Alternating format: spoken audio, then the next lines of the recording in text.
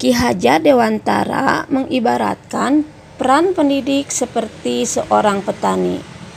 Anak-anak itu seperti biji tumbuhan yang disemai dan ditanam oleh Pak Tani di lahan yang telah disediakan.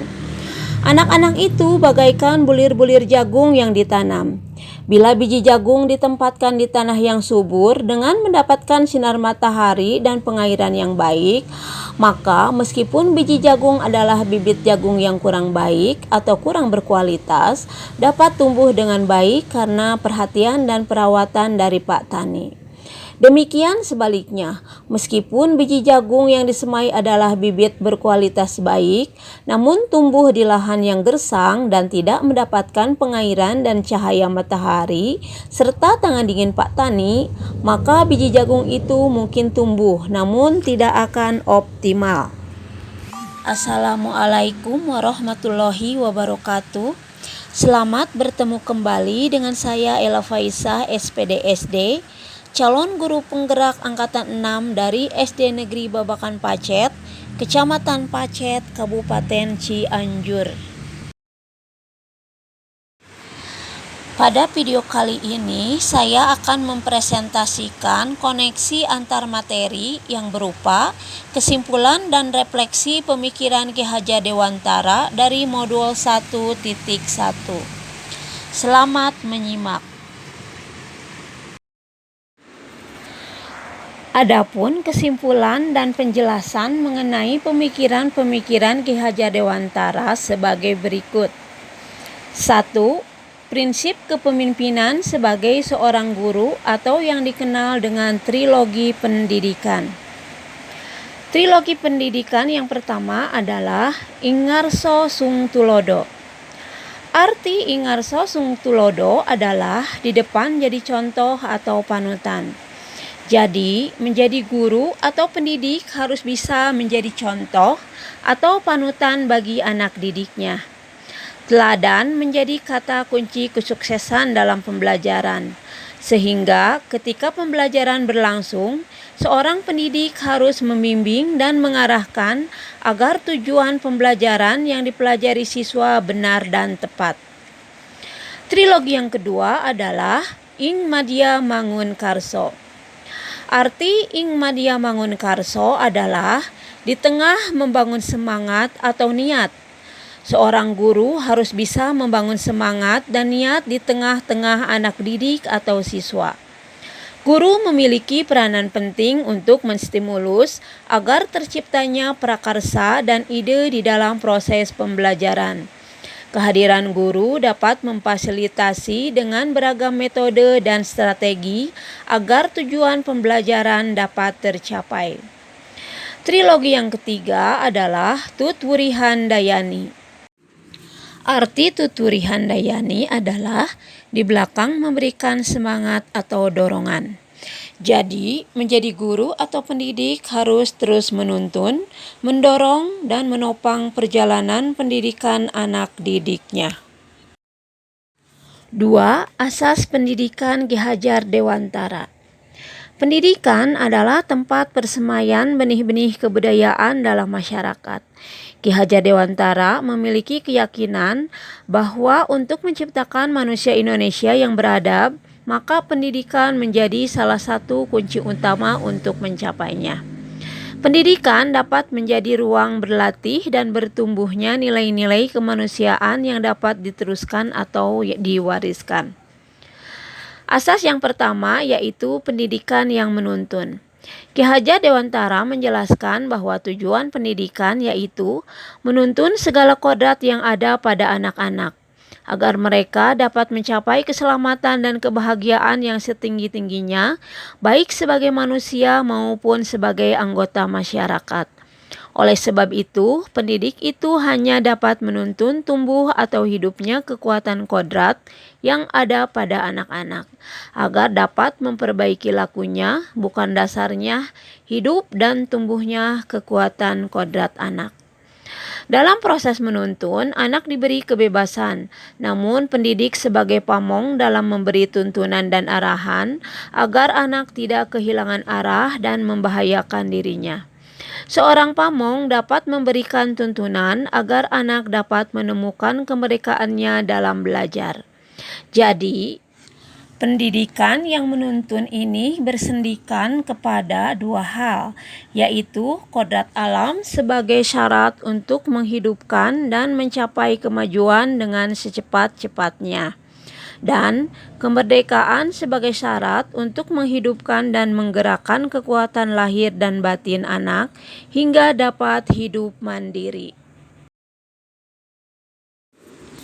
Asas yang kedua adalah kodrat alam dan kodrat zaman.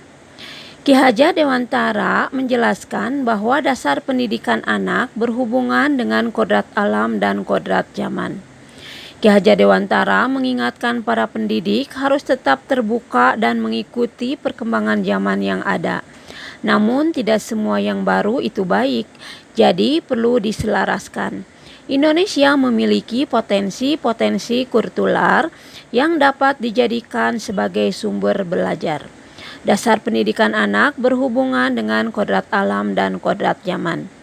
Kodrat alam berkaitan dengan sifat dan bentuk lingkungan di mana anak berada. Sedangkan kodrat zaman berkaitan dengan isi dan irama. Artinya, setiap anak sudah membawa sifat dan karakter masing-masing, bukan seperti kertas kosong. Jadi, guru tidak bisa menghapus sifat dasar tersebut. Yang bisa dilakukan adalah menunjukkan dan membimbing mereka agar muncul sifat-sifat baiknya, sehingga menutupi atau mengaburkan sifat jeleknya. Kodrat zaman bisa diartikan bahwa kita sebagai guru harus membekali keterampilan kepada siswa sesuai zamannya, agar mereka bisa hidup, berkarya, dan menyesuaikan diri. Dalam konteks pembelajaran sekarang, kita harus membekali siswa dengan kecakapan abad 21.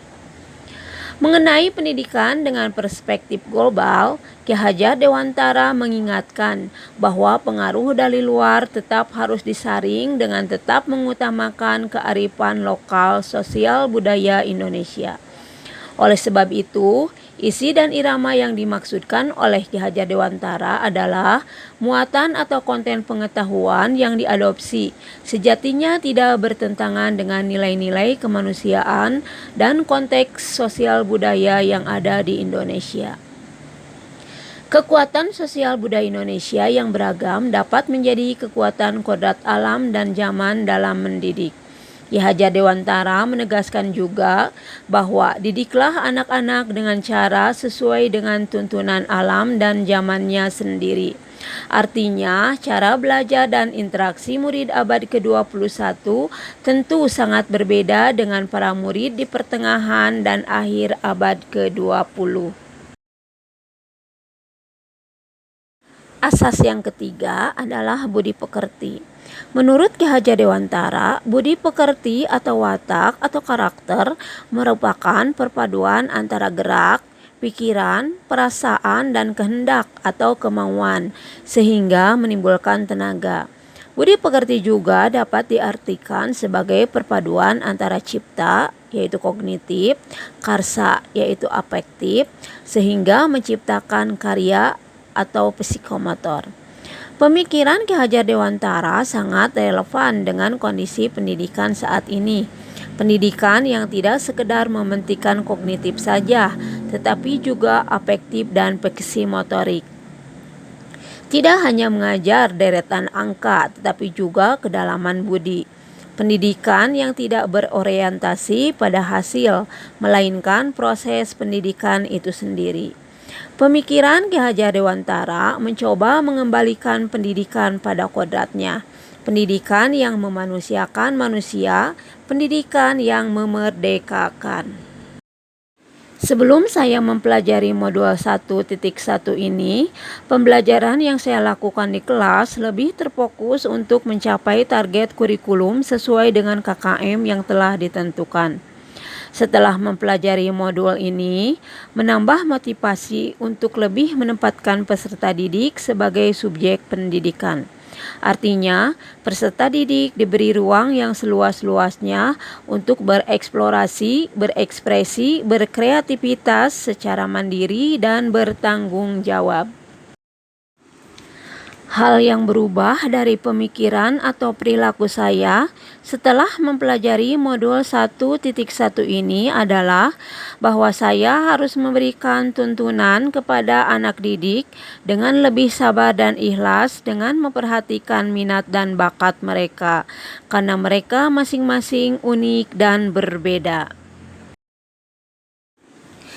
Yang segera bisa saya terapkan dari pemikiran-pemikiran Ki Hajar Dewantara adalah lebih sabar dalam membimbing, mengenali lebih dalam karakter dan latar belakang siswa, seperti latar belakang keluarga dan lingkungan, dengan menjalin komunikasi dengan orang tuanya.